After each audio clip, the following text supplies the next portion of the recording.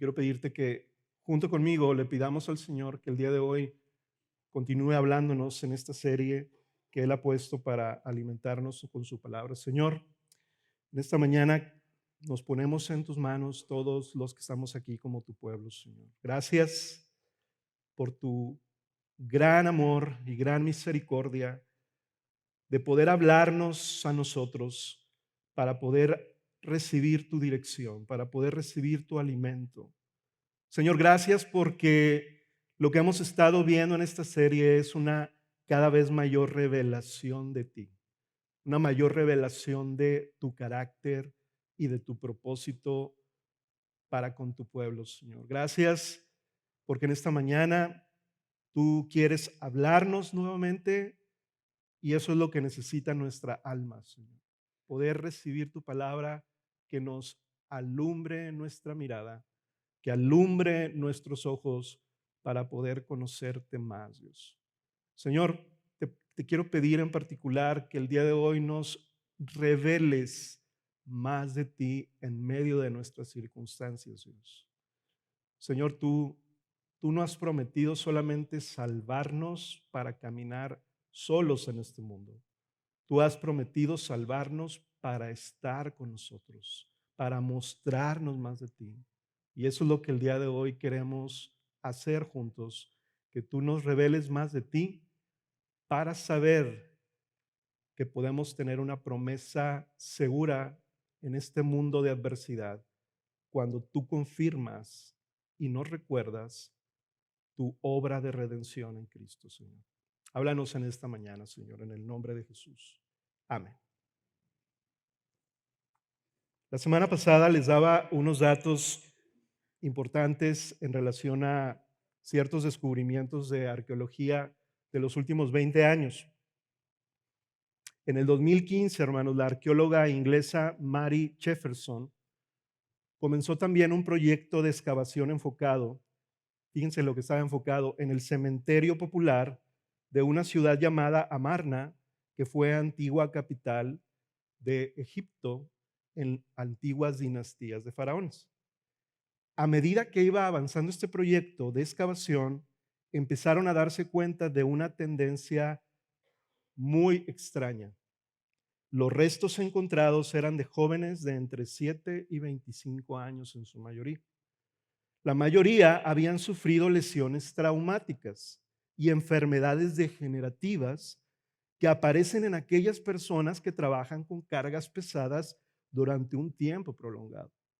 Además, el estudio de sus huesos, ese es un estudio reciente, apunta a que esos restos son de una población heterogénea vinculada a grupos externos que no eran originarios de Egipto. Según esta investigación, el gobierno del antiguo Egipto exigía mano de obra como tributo para el Estado. Y esto ocurría a nivel local cuando los funcionarios de gobierno llamaban a los líderes de grupos de aldeas extranjeras a manera de pago de tributos al Estado.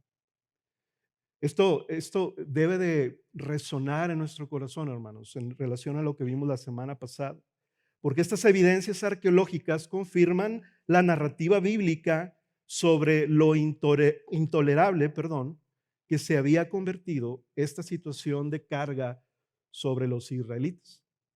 Esta opresión permanente que se convirtió en algo peor que una peste. Peor que una peste porque estos restos que estaban encontrando eran de personas que no es natural que mueran en esa edad, con estas enfermedades no naturales provenientes de condiciones extremas. Vimos en el capítulo 5 la semana pasada que estas cargas insoportables se elevaron con la orden ejecutiva del faraón. No había descanso para Israel, no solamente físico, sino también emocional. Y una situación extrema había llegado. No solamente no llegó la libertad que ellos esperaban en Éxodo 4, sino que las cosas se empeoraron todavía más. Y ahora, hermanos, Moisés y Aarón, son los señalados como los culpables de que todo esto se convirtiera en un completo fiasco. En la opinión del pueblo de Israel, que estaba completamente desalentado y sin esperanza.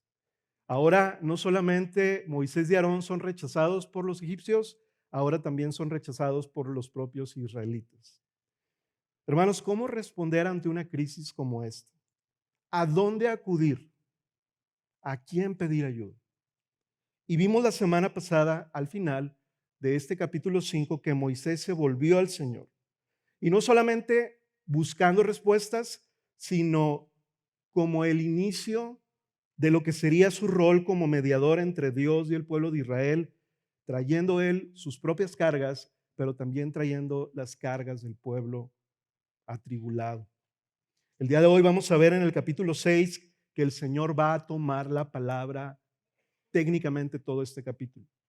Y esa es una buena noticia, hermanos, que el Señor va a decir cosas y afirmaciones únicas y memorables para todas las generaciones. El Señor está a punto de revelarle a Moisés de una manera inédita hasta ese momento y reafirmándole su carácter de redención y su propósito que está por iniciar. La propuesta de este mensaje, hermanos, en este día, para nosotros es esta. Busquemos al Señor, quien desea revelarnos más de Él y su propósito redentor para preservarnos en medio del desaliento. Esa es la propuesta del día de hoy. El título del mensaje es El Señor reafirma su pacto de redención. El Señor reafirma su pacto de redención. Vamos a leer Éxodo capítulo 5 desde el 22 hasta el 6, 8 en esta primera sección, hermanos. Dice la palabra de Dios. Entonces Moisés se volvió al Señor y dijo: oh Señor, ¿por qué has hecho mal a este pueblo? ¿Por qué me enviaste? Pues desde que vine a Faraón a hablar en tu nombre, él ha hecho mal a este pueblo y tú no has hecho nada por librar a tu pueblo. El Señor respondió a Moisés: ahora verás lo que haré a Faraón, porque por la fuerza los dejará ir y por la fuerza los echará de su tierra. Dios continuó hablando a Moisés y le dijo: yo soy el Señor. Yo me aparecí a Abraham, a Isaac y a Jacob como Dios Todopoderoso, pero por mi nombre, Señor, no me di a conocer a ellos. También establecí mi pacto con ellos, de darles la tierra de Canaán, la tierra donde peregrinaron. Además, he oído el gemido de los israelitas, porque los egipcios los tienen esclavizados, y me he acordado de mi pacto. Por tanto, dile a los israelitas: yo soy el Señor, y los sacaré de debajo de las cargas de los egipcios. Los libraré de su esclavitud y los redimiré con brazo extendido y con grandes juicios. Los tomaré a ustedes por pueblo mío y yo seré su Dios. Sabrán que yo soy el Señor su Dios, que los sacó de debajo de las cargas de los egipcios. Los traeré a la tierra que juré dar a Abraham, a Isaac y a Jacob, y se las daré a ustedes por heredad. Yo soy el Señor. Hermanos, en esta primera sección es el Señor respondiendo, revelándose como el Redentor. El Señor respondiendo, revelándose como el Redentor. Es el momento donde vemos donde los desalientos y los pensamientos del pasado de Moisés se encuentran en su cabeza abrumándolo una vez más. Él mismo está diciendo: yo no puedo soportar esto. Y además viendo a su pueblo, a sus hermanos hebreos, en una situación insoportable. Hermanos, fíjense en esto: Moisés está otra vez siendo culpado como cuando mató al egipcio. Y otra vez él está siendo rechazado por su pueblo. Pero ahora con más desconcierto, porque Dios mismo lo había enviado. En aquella ocasión él estaba haciendo las cosas por su propia cuenta, pero ahora Dios mismo lo había enviado. Y entonces imagínense en la cabeza de Moisés estos pensamientos del pasado que suelen abrumarnos a las personas, ¿verdad? Otra vez las cosas están saliendo mal. Otra vez me están culpando. Otra vez el rechazo. Estas preguntas de Moisés revelan, hermanos, más un dolor que una acusación. más un deseo de saber lo que había pasado que una desconfianza del Señor. Hermanos, Moisés no está cuestionando el carácter de Dios, sino está cuestionando los hechos que él no logra entender. Esto es como en una ilustración cuando tú y yo estamos en una situación de pareja en casa como matrimonio. Cuando tú le preguntas algo a tu pareja no porque lo quieras acusar, sino simplemente porque quieres entender qué está pasando. Oye, ¿por qué no me hablaste? No es un ataque a la persona, es simplemente para saber si no pasó algo más que no entendemos a simple vista. ¿Se dan cuenta que estas palabras de Moisés fácilmente pueden ser interpretadas? No, aquí Moisés está atacando a Dios y todo. Pudiera ser, pero la realidad es que en ningún momento Moisés está cuestionando el carácter de Dios. Moisés está trayendo todo lo que él trae de desconcierto al mejor lugar posible y eso es algo que Dios se agrada. Las preguntas de Moisés al Señor en este momento se parecen mucho al tipo de preguntas que encontramos en los salmos de David. Cuando David también traía las cosas al Señor, ¿va? En algunos salmos David hasta dice, quiero salir huyendo al desierto, quiero volar como paloma. Y eso es algo que el Señor recibía en las oraciones manifestadas en estos salmos, ¿verdad? Ahora, el Señor, en vez de reprender a Moisés o encenderse en su ira en esta conversación, le responde con paciencia y con gracia. En vez de retirarlo de su llamado, renueva su comisión. En vez de desecharlo y matarlo, el Señor lo afirma y se revela más a él. El Señor no hace lo que nosotros solemos hacer, hermanos, cuando alguien nos cuestiona y nos quedamos callados y enfadados con la persona, ¿verdad? ¿Te ha pasado alguna vez que alguien hace preguntas como medio filosas y uno como que dice, esta persona trae algo contra mí"? Bueno, el Señor no hace eso y no está haciendo eso con Moisés porque Él conoce el corazón y conoce la situación que está pasando Moisés y el pueblo. Y ahora no le está dando en el versículo 1 de este capítulo 6, el Señor no le está dando solo una palmadita en la espalda a Moisés, sino que le afirma una de las palabras más hermosas de todo Éxodo, quizá de toda la Biblia, hermanos. Le revela o le está por revelar su redención por medio de su pacto, el cual ha entrado en ejecución. Ya no es el pacto que prometió a los patriarcas. Ahora el Dios le dice, ese pacto que prometí ya está funcionando, Moisés. Aunque tú no veas absolutamente nada de señales visibles, yo ya estoy operando el cumplimiento de mi pacto. Hermanos, este es el lugar de descanso, como bien decía el pastor Carlos ahorita en relación a los cantos que estábamos entonando hace un momento. Este es el lugar del descanso para el corazón de todo siervo y es también el lugar de descanso para todo cristiano, donde en la presencia de nuestro Dios podemos traer todas nuestras cargas y nuestras dudas. Venir con Él con una actitud humilde y de dependencia a Él, aunque nos encontremos en medio de la desolación de este mundo. Tal vez el mundo no se esté acabando, pero el mundo el cual tú tienes a tu alrededor tal vez sí. Y es ahí donde viene esta palabra de ánimo. El Señor está viendo el progreso de Moisés en medio de la dificultad aumentada. Las circunstancias, hermanos, a veces, esas circunstancias difíciles, a veces pueden hacer dos cosas: derribarnos o lanzarnos en una dependencia completa al Señor para llevarnos a su presencia. ¿Hacia dónde te está llevando los problemas y las situaciones adversas en este momento de tu vida, hermano? Y aunque Moisés estaba consternado, está a punto de participar en una de las cosas más asombrosas de todo el Antiguo Testamento. Está a punto de iniciar esta situación maravillosa donde Dios manifiesta su poder sobrenatural. Y tú quisieras estar al lado de Moisés como diciendo, Moisés, aguanta, aguanta. Yo ya vi la película. Hermanos, Dios ya vio la película. Él la escribió. Y Él escribió la película de Moisés, del pueblo de Israel. Y yo quiero decirte en esta mañana, Dios también ya escribió nuestra película. Y Él está, imagínate el Señor viendo a Moisés, diciendo, Moisés, no sabes lo que viene. pero confía en mi obra redentora. Y yo quiero decirte en esta mañana, tú confía también.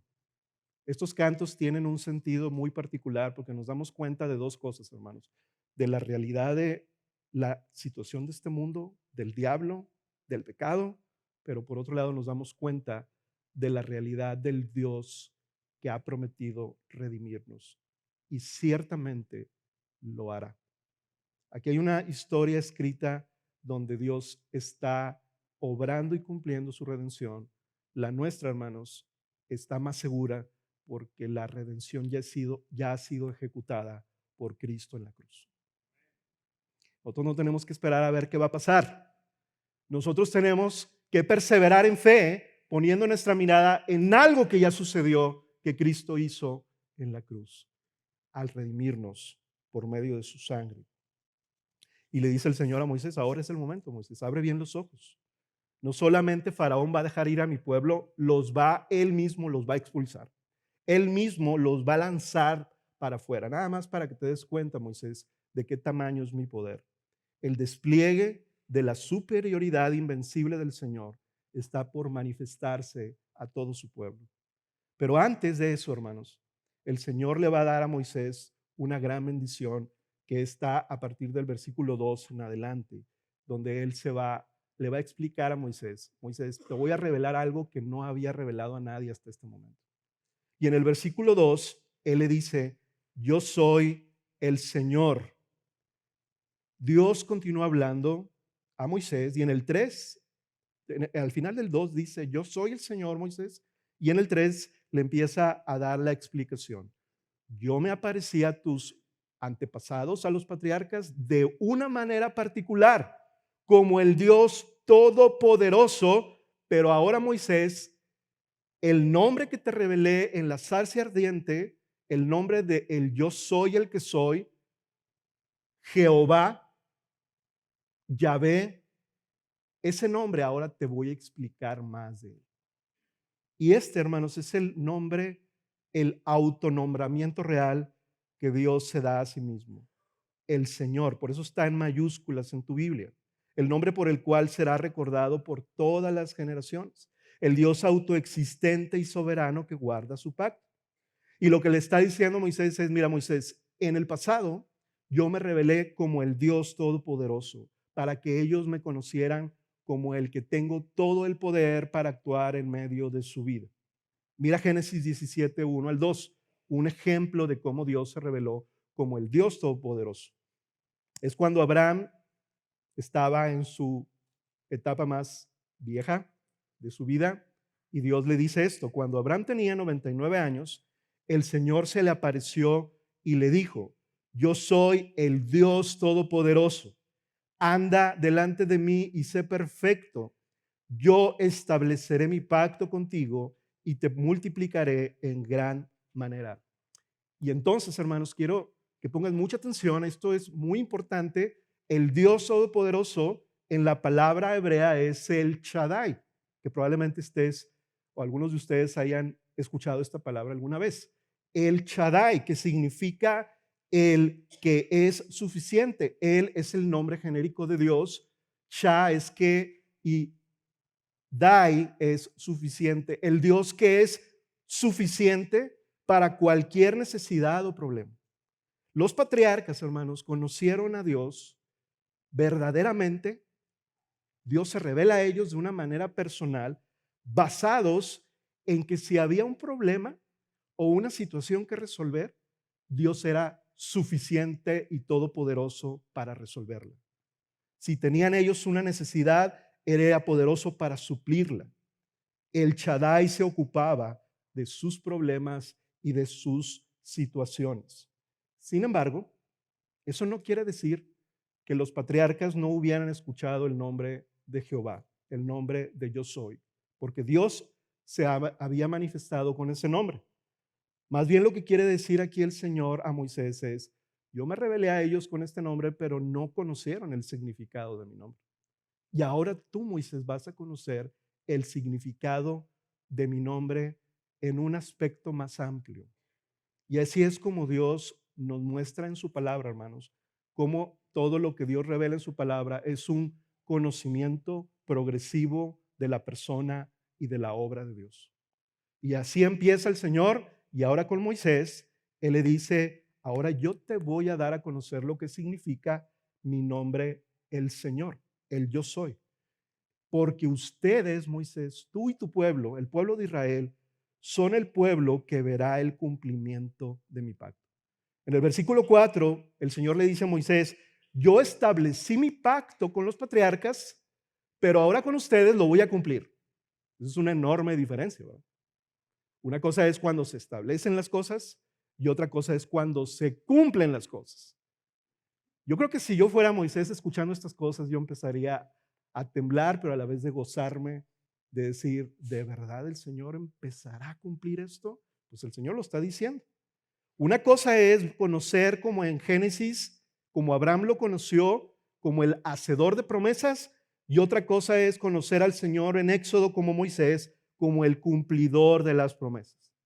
Moisés está, escucha hermano, estas circunstancias negativas, Dios le está diciendo a Moisés, estas circunstancias negativas que no estoy resolviendo en sus ojos, permitirán a mi pueblo ver otro lado de mí que nunca habían visto. Como el Shaddai, yo resolvía estas cosas con poder, pero ahora como el Señor, soy el Dios que trasciende las circunstancias para convertirlas por mi pacto en una mayor obra de bien y de redención. Eso es bien diferente, hermanos. Porque hoy el mundo, y tal vez algunos de nosotros, queremos solamente la faceta de Dios como el que resuelve nuestros problemas. Aunque te tarde, Señor, pero resuélvelos. Aunque te tarde, Señor, pero súpleme. Pero ahora Dios le dice a Moisés, pero yo tengo una faceta más gloriosa que revelarles, que es cuando las circunstancias no cambian, cuando las circunstancias no mejoran, pero yo manifiesto mi poder redentor en ustedes. Esa es una faceta diferente. Y entonces, hermanos, Moisés, básicamente el Señor le está diciendo, me vas a conocer mejor y mi pueblo, estas palabras yo quiero que se las digas porque me van a conocer mejor. Soy un Dios que me relaciono y estoy con ustedes y en las circunstancias adversas por medio de la promesa de mi redención, por medio de mi pacto de redención. Me van a conocer mejor, Moisés. Van a poner ya no su mirada en las circunstancias y cómo cambian, sino van a poner la mirada suya un poco más arriba, donde estoy yo gobernando esas circunstancias. Eso es una buena noticia para nosotros, hermanos, porque tus circunstancias y las mías probablemente no estén cambiando.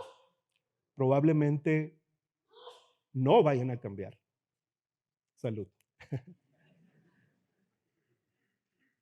Esa palabra es para todos.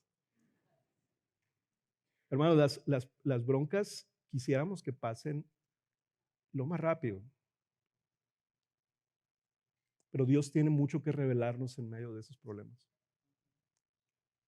Algo más glorioso de su persona. Y solamente a través de su pacto redentor lo va a realizar. En el versículo 5 el Señor dice, yo he escuchado, yo he oído el gemido de los israelitas. Moisés, yo no estoy lejos, yo no estoy sentado en mi trono ausente y frío acerca de lo que está pasando en mi pueblo. Yo escucho los gemidos de mi pueblo. Los que tienen hijos sabrán lo que se siente cuando tu hijo de 1, 2, 3 años está incapacitado para dormir, con una tos tremenda, ahogándose a veces. Eso no lo pases por alto. A lo mejor tú estás bien, pero tú como padre no pasas por alto eso. Te inquietas, pierdes el sueño, estás preocupado, quieres hacer algo, no puedes. Dios dice, yo soy el que está escuchando los gemidos del pueblo, de mi pueblo. No estoy lejos, Moisés. Yo soy el que escucha y está cercano. Yo soy el que me compadezco. Yo soy el que me duelo con mi pueblo. Moisés, ¿a ti te duele lo que está pasando? A mí me duele más porque yo estoy presente desde hace muchas generaciones. Y una buena noticia es que dentro de esto Dios está presente. Es una buena noticia que tú escuches esto. No nada más Moisés lo escuchó, que tú lo escuches en esta mañana. Debe de ser sumamente alentador saber que no estás solo atravesando lo que estás pasando. Moisés no estaba solo, el pueblo de Israel no estaba solo, a pesar de que las cosas no cambien, porque el yo soy es esa clase de Dios que está revelándose para decir, yo estoy contigo, yo estoy en tu mismo lecho, en tu misma silla, en tu misma cocina, donde la alacena no está completa precisamente, ahí estoy yo, no estoy lejos. Y el hecho de que no conteste como tú esperas, Moisés, o como mi pueblo espera, no significa que no esté obrando un mayor bien para ustedes. En resumen, esta frase, o mejor dicho, esta frase resume muy bien lo que Dios está revelándole a Moisés aquí. No temas, Moisés, yo estoy contigo. Es la frase más repetida de toda la Biblia. No temas, yo estoy contigo. Yo creo que es, en primera instancia, algo que debe de mover nuestro corazón. Saber que no estás solo y que no estás abandonado, sufriendo, sino que Dios está presente. Y el Señor le recuerda entonces en el versículo 6 su pacto. Y hermanos, aquí yo quiero pedirles mucha atención porque del versículo 6 al 8 hay algo increíblemente poderoso. Básicamente Dios le está diciendo a Moisés en el versículo 6, por tanto, dile a los israelitas, yo soy el Señor. ¿Otra vez? Bueno, básicamente es porque si estamos hablando de un pacto que Dios va a revelar a su pueblo, es un pacto, es un compromiso eterno que Dios ha hecho a su pueblo. Y hermanos, los compromisos y los pactos importantes no nada más se firman al final de la hoja, se firman en todas las hojas. Cuando tú firmas algo importante, ¿qué te dice el abogado? Fírmele en todas, por favor. No vaya a ser que alguna se me saque. Que alguna diga, no, este no supe yo, nadie me dijo. No, firmamos todas las hojas porque en todas queda la huella y la señal de garantía de que nosotros estamos siendo, autorizando y siendo responsables con lo que ahí se dice. El Señor está nuevamente haciendo esto de una manera, vamos a decirlo así, palpable, diciendo, yo soy, nuevamente, diles ahora esto a mi pueblo, Moisés, yo soy. Yo estoy sellando con mi propio nombre lo que te voy a decir. Y lo que va a decir a continuación, esta serie de cosas van a definir y van a ilustrar lo que es el pacto de Dios con su pueblo. Hermanos, es como si tú has estado seguramente en una ceremonia de boda. ¿Cuántos han estado en una ceremonia de boda, verdad, cristiana? Bueno, en las ceremonias de bodas hay una parte que se llama los votos de los novios y que es particularmente la parte más importante y personal porque es ahí donde los novios se comprometen uno al otro a ciertas cosas en particular.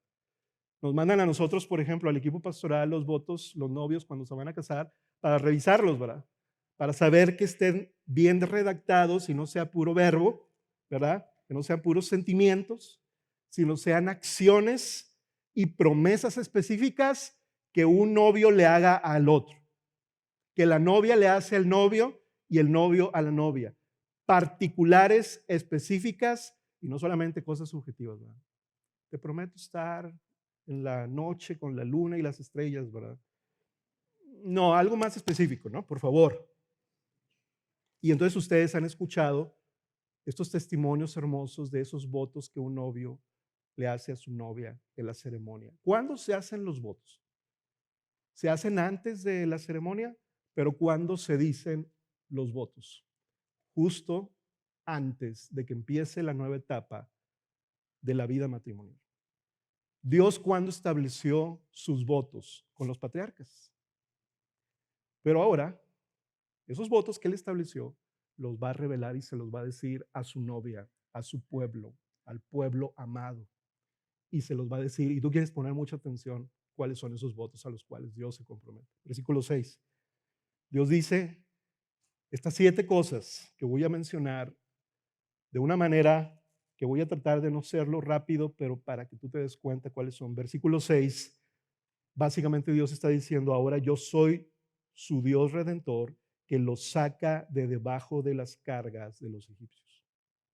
Voy a traer descanso, Moisés. Voy a traer lo más necesitado y deseado para mi pueblo. Y ha llegado el descanso. Voy a quitarlos de estas labores extenuantes, de estas cargas que los oprimen, y los voy a hacer descansar en la calma de mi corazón misericordioso. Versículo 6 también dice, yo soy su Dios redentor que los libera de la esclavitud. Los libera, es decir, la intervención del poder y la gracia redentora del Señor derrotará el poder de Faraón y sus ejércitos y los va a liberar. Hermanos, porque el contentamiento del pueblo de Dios no se encuentra en la casa de esclavitud. Escúchame bien. El contentamiento que Dios quiere darle a su pueblo no está en la casa de esclavitud, sino está en la tierra prometida. Está más específicamente en su presencia con Él.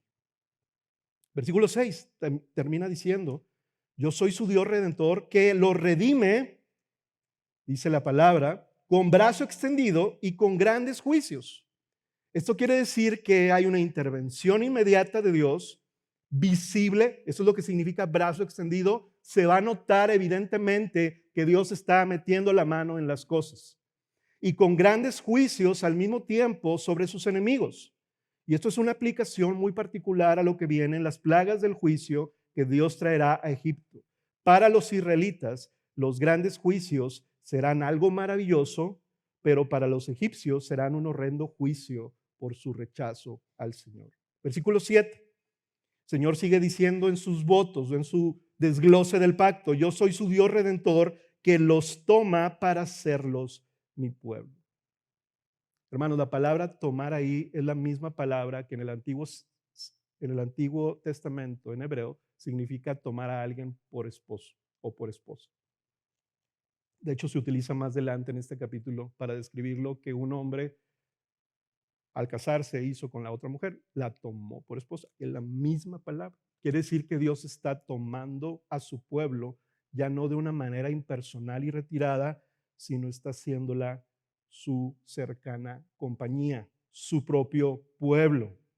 Los tomaré por mi pueblo, dice el Señor. Es la unión exclusiva donde el Señor abraza a su pueblo como un esposo abraza a su esposa y la arrebata de las manos de Faraón y la coloca en un lugar seguro y apartado para él. Esta es una escena que debemos todos de imaginarnos. Es la escena de toma de exclusividad mutua entre un esposo y una esposa, liberándola de su condición anterior. Versículo 7 sigue diciendo, yo también seré su Dios redentor. En pocas palabras, Dios está diciendo, yo me comprometo y seré suyo. ¿Eso cómo se entiende, hermanos? Seré su Dios, voy a ser tuyo. Voy a ser tuyo. Es una relación íntima. Es una relación personal, verdadera, donde Él toma por completo nuestras vidas y nos hace saber todo lo que Él ha hecho. Versículo 8. Yo soy tu Dios redentor, que los traigo a la tierra que juré. En otras palabras, les traigo guía y dirección a su vida. Nos lleva a una tierra de libertad que Él mismo juró dar.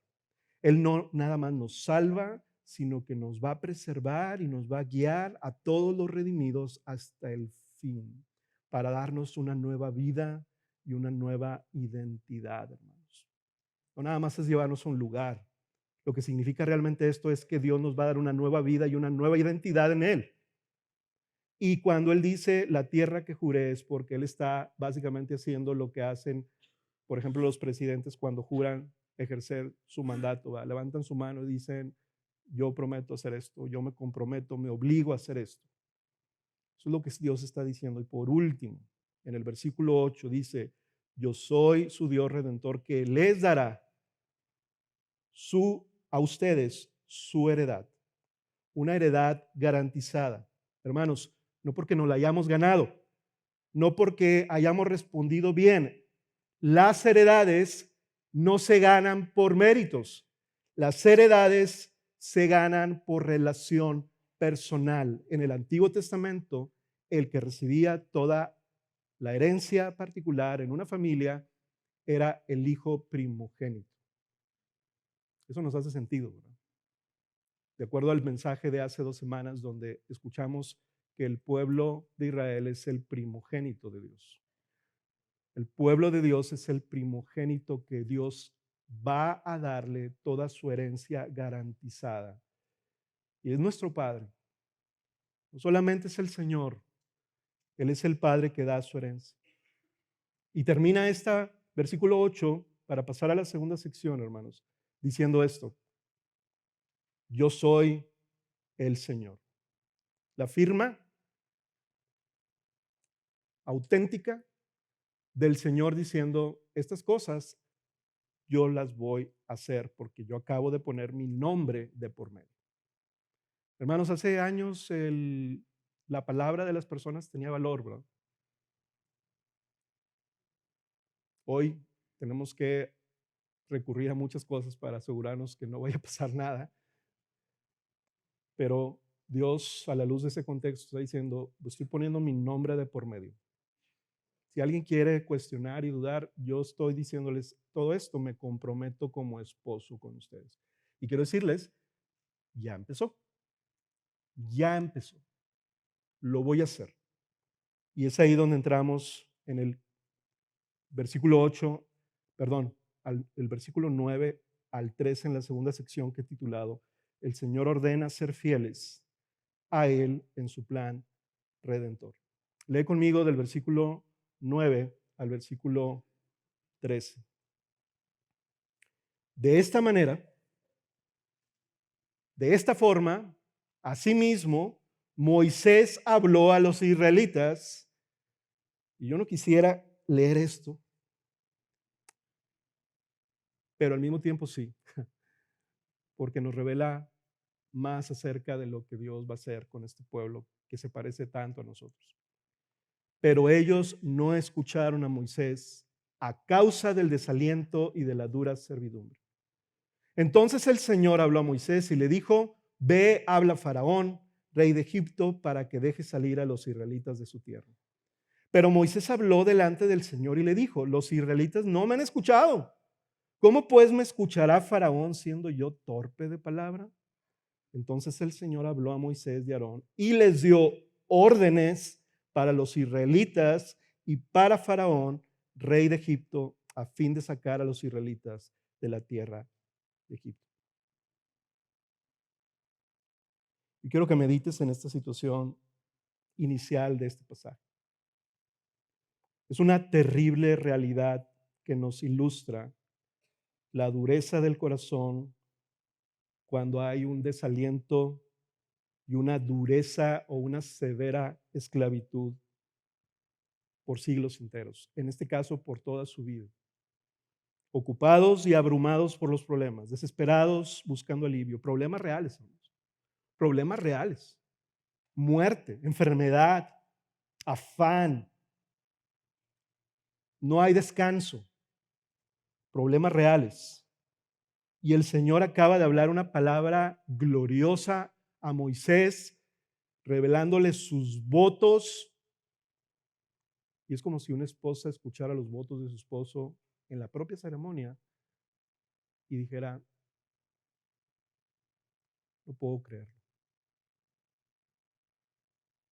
De hecho, me ha tocado no presenciar, pero saber de momentos trágicos así en medio de una boda. Cuando una esposa dice, no, yo no quiero continuar en esto. No puedo. No puedo creerlo.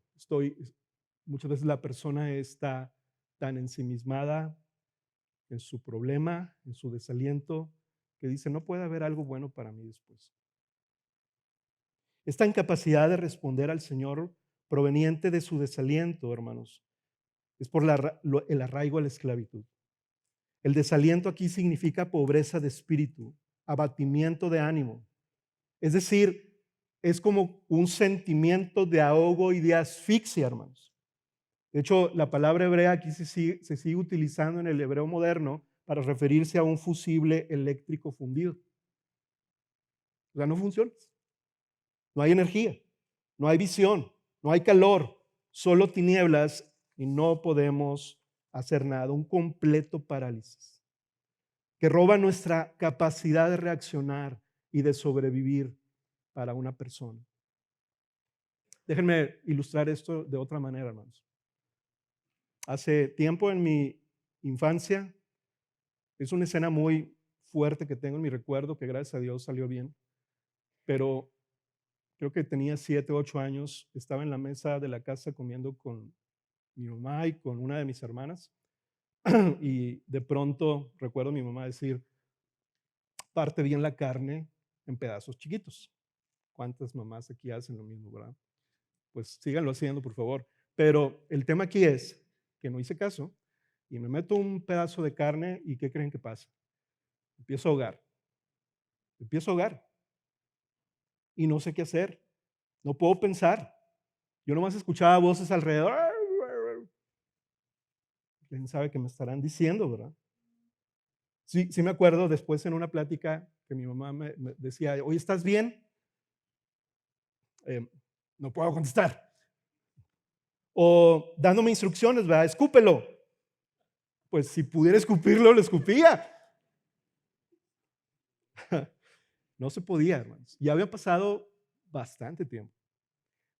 En la reacción me paro, voy hacia la puerta que daba al patio, sin saber qué hacer, sin saber qué hacer. O sea, realmente no sabía qué estaba haciendo. Y de pronto nada más sentí por atrás un empujón y un abrazo al estómago de mi papá, que simplemente me empujó con violencia y sale expulsada ese pedazo de carne. Y sí, sí estaba grande, ¿verdad?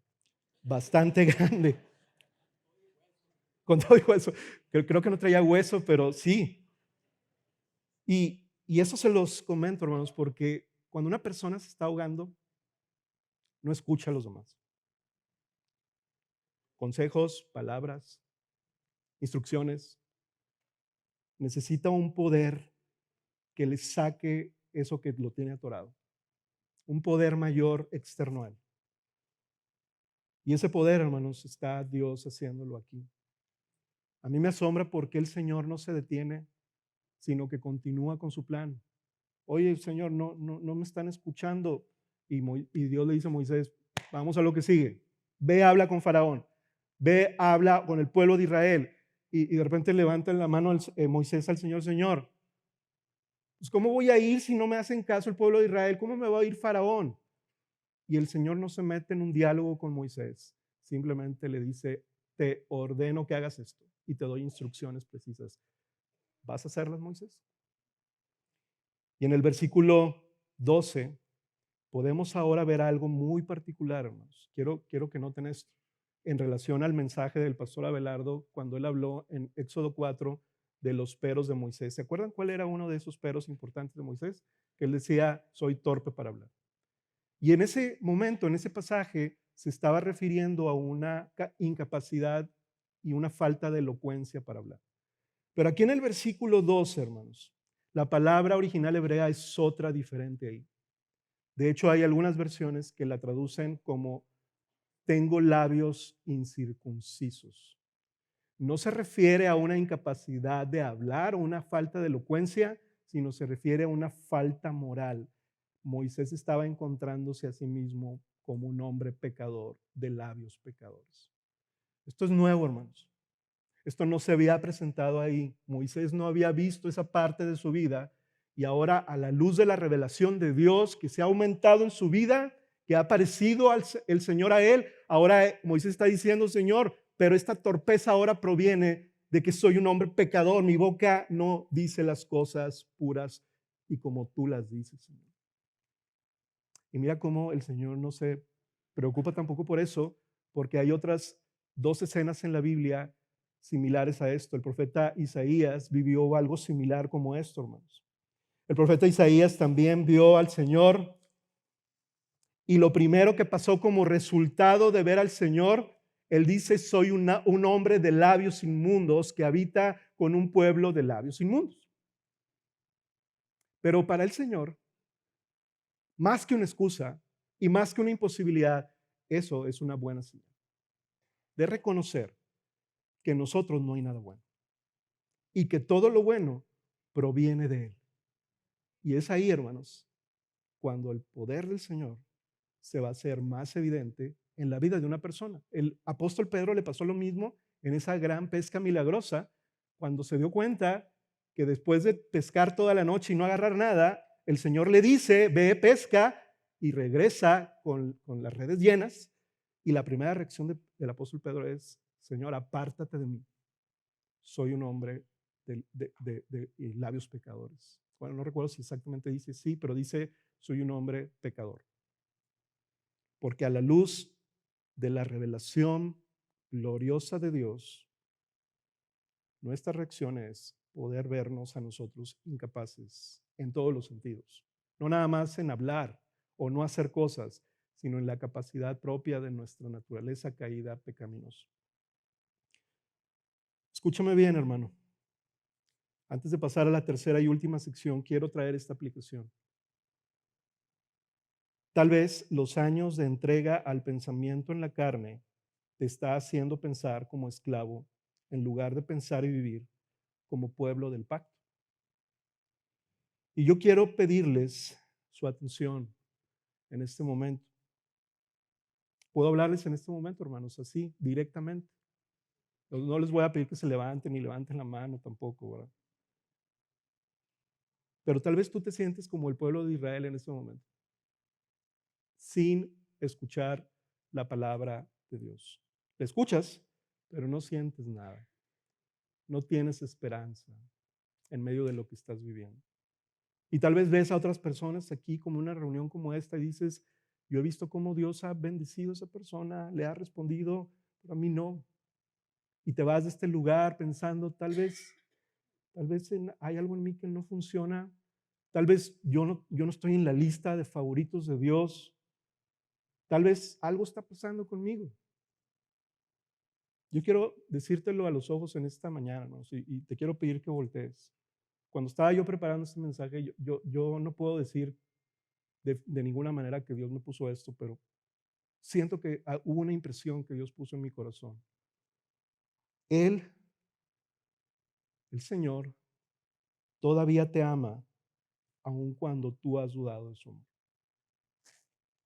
Él todavía está cuidando en este preciso momento cuando tú te has sentido que Él te ha dejado solo. Cuando has dejado de confiar en su bondad y en su poder. Yo quiero decirte, hermano, él no se ha movido ni un solo centímetro de ti. Porque como dice esta canción que cantamos al final, porque te ama en Cristo y porque eres el pueblo de su pacto y porque su nombre y su firma están en ese pacto de sangre derramada en la cruz por ti.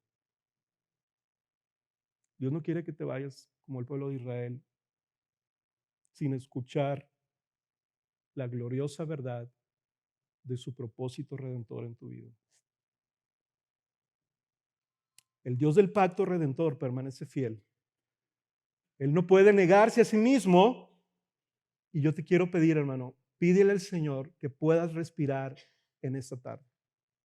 Que puedas dejar la asfixia emocional, la carga de la amargura, la carga de la desesperación y puedas respirar. Y entonces respirar y decir, Señor, ayúdame en medio de mi condición caída para confiar en ti y en tu redención. La ayuda no está en camino, hermano. La ayuda ya llegó y ahora está disponible para ti y Él quiere que lo veas, Él quiere que lo busques aún en tu desmayo. Y es más, quiero decirte esto, hermano. El Señor saldrá y te cargará y te llevará en sus brazos si es necesario, si tus fuerzas se han acabado, porque Él es tu Padre que te ama. Señor le dice a Moisés, sigue adelante, permanece fiel. Yo estoy en control, nada ha cambiado, nada se ha movido de mi plan. Todo está saliendo como lo he determinado y yo voy a hacer todo nuevo. Yo voy a hacer todo nuevo, hermanos, dice el Señor. Nuestros labios y nuestro corazón, así como el de Moisés, pueden ser limpiados por su obra redentora en Cristo. Y ahora, en una sección sumamente larga, que es la última, donde se nos describe una genealogía, el Señor tiene el propósito de decir esto a Moisés y a su pueblo, a Moisés y a Aarón y a su pueblo. Les voy a confirmar esto que estoy dando de instrucciones. Ahora quiero confirmarlo con ustedes. Es del versículo 14 al 27. Hermanos, no lo voy a leer. Yo quiero que si tú lo leas. Y no lo voy a leer no tanto porque no sea importante, claro que lo es, y no porque me vaya a trabar en algunos de los nombres que están ahí, que eso se me hace que sí sería como más factible, sino para que tú me acompañes en el resumen y análisis de este pasaje. Del versículo 14 al 25, hermano, el Señor, así podría titular a esta sección, el Señor confirma a sus escogidos para cumplir con su redención. El Señor confirma a sus escogidos para cumplir la redención. Toda esta genealogía que tú ves aquí, desde el versículo 14 al 25, tiene un solo propósito. Dios es como si nos llevara en el pasillo de un mausoleo de personas importantes en su pueblo y nos dice, Moisés, Aarón, pueblo de Israel, quiero que sepan que desde las personas que llegaron a Egipto, es decir, los hijos de Israel, los hijos de Jacob, hasta ustedes, quiero decirles, ustedes son mis escogidos. Y del versículo 14 nos describe las casas paternas de cada uno de los hijos de Jacob, empezando por el primogénito, que es Rubén, en el versículo 14, luego en el versículo 15 por los hijos de Simeón. Todos estos son hijos varones porque son los jefes de las casas paternas. Por si te preguntas, ¿verdad? Pues eran muy poquitos hijos. Bueno, solamente son los varones. Y en el versículo 16 llega a la parte central, que es el tercer hijo, Leví. Y los nombres en el versículo 16 de los hijos de Leví, y dice la edad de Leví para enfatizar el Señor que toda su atención está, a ver, aquí está Rubén, aquí está Simeón, aquí está Leví, y les voy a decir de cuántos años murió, y les voy a decir sus hijos, y de ahí se agarra el Señor en el versículo 17 al 19, diciendo todos los nombres relacionados con los hijos de Leví. El énfasis está en el versículo 18, en el segundo hijo de Leví, Coat, con sus años vividos también mencionados. Y luego en el versículo 20 nos habla ahora de Amram, el primer hijo de Coat, nieto de Leví, que también nos describe su edad. Pocas palabras, Dios nos está diciendo, yo quiero que pongan atención en Leví, y luego en Coat, y luego en Amram. ¿Por qué? Versículo 20, porque él, Amram, y su esposa Jocabed son los padres de Aarón y de Moisés. Y de ahí se sigue derivando toda la genealogía. Básicamente es la cuarta generación, hermanos. Moisés y Aarón son hombres levantados por Dios que pertenecen a la cuarta generación de aquellos que entraron en Egipto siendo parte del pueblo de Israel. Génesis 15, 13, 16. Dios dijo a Abraham, ten por cierto que tus descendientes serán extranjeros. Esta es una promesa establecida por Dios desde Génesis en Abraham. Ten por cierto que tus descendientes serán extranjeros en una tierra que no es suya, Egipto, donde serán esclavizados y oprimidos durante 400 años. Ajá. Versículo 16. Y en la cuarta generación ellos regresarán acá, saldrán de Egipto, porque hasta entonces no habrá llegado a su colmo la iniquidad de los amorreos. Qué increíble es el Señor y sus tiempos. Y tal vez la palabra no es increíble, qué asombroso es el Señor. Qué asombroso es su poder. Qué asombroso es su palabra infalible, inerrante, que cumple las cosas a su tiempo. Pero ¿sabes qué también? que escogió el Señor a dos personas y nos describe toda su genealogía para decirnos esto. Yo conozco a cada uno de los que pertenecen a mi pueblo por nombre. Son familias reales, son personas reales y yo los conozco por nombre. Y a Moisés y a Aarón, yo los escogí, dice el Señor. Yo los escogí para este propósito redentor, para que no quepa ninguna duda. Versículo 26 y 27 para terminar. Dice el Señor, Aarón y Moisés son los que al Señor dijo, saquen a los israelitas de la tierra de Egipto por sus ejércitos. Y por si no hubiera todavía como claridad, versículo 27, ellos son los que hablaron a Faraón, rey de Egipto, para sacar a los israelitas de Egipto. Estos fueron, nuevamente, Dios repasando no dos, tres veces, diciendo, estos son, versículo 26, estos son, versículo 27 al inicio, y estos son, versículo 27 al final. Quiero que quede claro algo, Moisés, dile a mi pueblo, Moisés y Aarón son los que yo escogí. Y si los escuchan a ustedes, es porque yo estoy hablando a través de ustedes. Y yo los escogí para mi propósito redentor. Hermanos, esta historia de elección soberana del Señor, confirmando a sus siervos escogidos, nos apunta al mayor plan redentor de la narrativa de toda la Biblia, que es una mayor redención por la cual Dios también escogió a un mayor Moisés para llevar a cabo su redención. La redención de Éxodo nos apunta a Jesús, el Dios encarnado, que vino a cumplir completamente el plan que el Padre determinó desde la eternidad pasada para redimir al mundo de la esclavitud del pecado y de Satanás para hacernos su pueblo. Juan 1:30, el mayor y último profeta del Antiguo Testamento, Juan el Bautista, dijo esas palabras acerca de Jesús. No, noten el énfasis, hermano. Se parece tanto a lo que acabamos de leer. Dice, este es aquel de quien yo dije, después de mí viene un hombre que es antes de mí, porque era primero que yo. Versículo 33. Yo no lo conocía, pero el que me envió a bautizar en agua me dijo, aquel sobre quien veas el Espíritu descender y posarse sobre él, ¿qué dice? Este es el que bautiza en el Espíritu Santo. Versículo 34, y yo lo he visto y he dado testimonio de qué? De que este es el Hijo de Dios, hermanos. Este es el Cristo, el Hijo del Dios viviente, el Salvador del mundo. El pacto establecido a los patriarcas ahora apunta a una última y mayor operación de redención por medio de su Hijo Jesucristo. Como dice Hebreos 1:1, habiendo el Señor hablado hace mucho tiempo, muchas veces y de diversas maneras, a través de los antepasados nuestros, por medio de los profetas, ahora en estos últimos días, Él nos ha hablado por medio de su Hijo.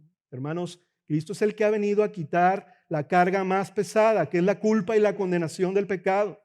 Nos ha venido a ofrecer el mayor descanso, que es, en palabras de Cristo, venid a mí, yo los haré descansar. Nos ha librado del poder del diablo, nos ha librado del poder de las tinieblas y trasladado al reino de su amado Hijo. Y hermanos, una buena noticia maravillosa y poderosa es que Él en la redención se llevó a cabo con grandes juicios, juicios que cayeron sobre Cristo mismo en la cruz. Cristo, para salvarnos, se hizo maldición por nosotros y Él nos libró de esa maldición tras haberla cargado Él mismo y haber hecho el pago de nuestro rescate para redimirnos, hermanos. El Señor nos salva para convertirnos en su pueblo y Él convertirse en nuestro Dios. Les voy a pedir a los jóvenes de la alabanza que pasen. Si tú estás aquí visitándonos o no has entregado tu vida a Cristo, quiero decirte, Dios desea que respondas a esta palabra. Y Él te llama a rendir tu vida a Él. El Señor quiere redimirte. Y Él te llama a responder en fe a Cristo como ese único redentor escogido por Dios para salvar.